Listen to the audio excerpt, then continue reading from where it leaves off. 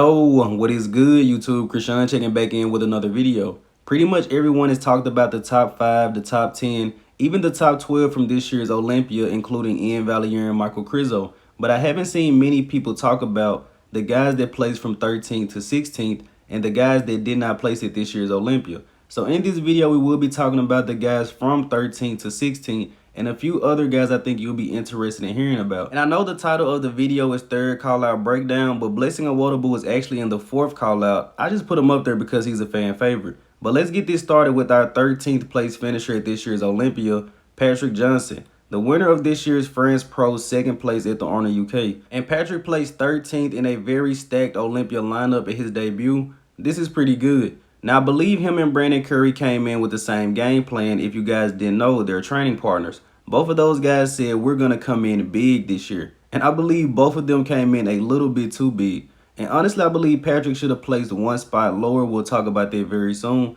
But I just think he came in a little bit off with conditioning. And let's go into our 14th place finisher at this year's Mr. Olympia, Charles Griffen. Now, I wouldn't say that Charles didn't get a fair look, but I definitely wish he got a better look. You guys just seen Patrick Johnson. You're now looking at Charles Griffen.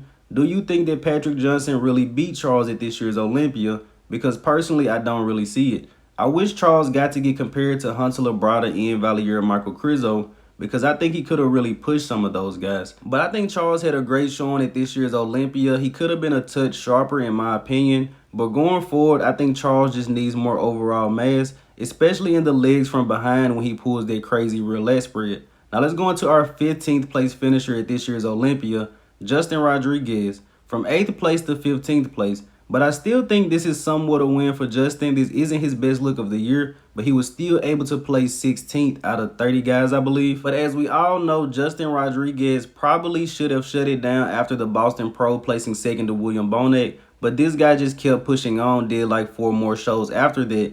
Didn't really have good showings. But hopefully after this year's Olympia, Justin finally gives his body a rest. He looks like he's 10 or 15 pounds down from earlier in this season, almost like a completely different bodybuilder. And let's go into our first 16th place finisher at this year's Olympia, Akim Williams. After 16th, these guys don't get placed anymore, which honestly doesn't make much sense. If you're going to put more than 16 guys in the competition, you're going to have them prep, work hard, win pro shows, or earn points. I believe all of these guys should get a placing, but I mean, what do I know? And Akim Williams is the official 16th placer at this year's Olympia, so everyone after him did not place. Now, as you guys can see with Akim Williams, he missed his conditioning, which he does from time to time, but actually Akim looked more conditioned from the side and behind than he did from the front, which is pretty odd because he's usually soft from behind. But similar to Big Ramy, I think Akim's back issue is just getting worse. It seems like his lats are moving up higher and higher, but I'm not sure if that's an issue that can be fixed. Now let's switch over to some guys that did not place at this year's Olympia, unfortunately. Starting off with Blessing Awodibu, the boogeyman. The winner of this year's Indy Pro, the winner of this year's New York Pro. Blessing has talked crazy all year long. And usually I would give my opinion, but I actually kind of like Blessing. He's somewhat good for the sport. But I'll let you guys have it in the comment section below. Blessing said he actually cried after this. But Blessing Awodibu did look pretty good before the competition. Something went wrong in the last few hours. Now, it is true that Blessing needs more legs. And of course, that's something that takes more than a few hours. But he definitely looked better before the show than how he looked on stage. Maybe it was nerves. Now, let's go over to James Hollingshead, who I believe just slightly missed the mark at this year's Olympia.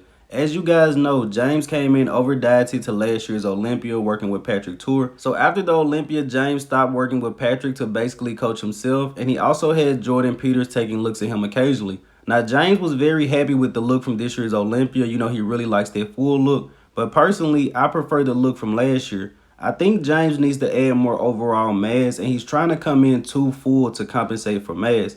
In my personal opinion, of course. But I've never seen James Hollingshead this soft at any competition he's ever done. But at least he's happy about his showing.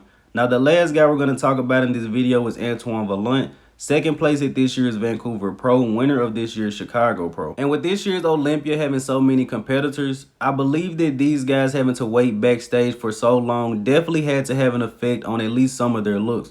Now, I'm not sure what went wrong with Antoine. It looks like he lost a lot of size, and he also did not come in the best condition when we compare this physique to the Vancouver Pro.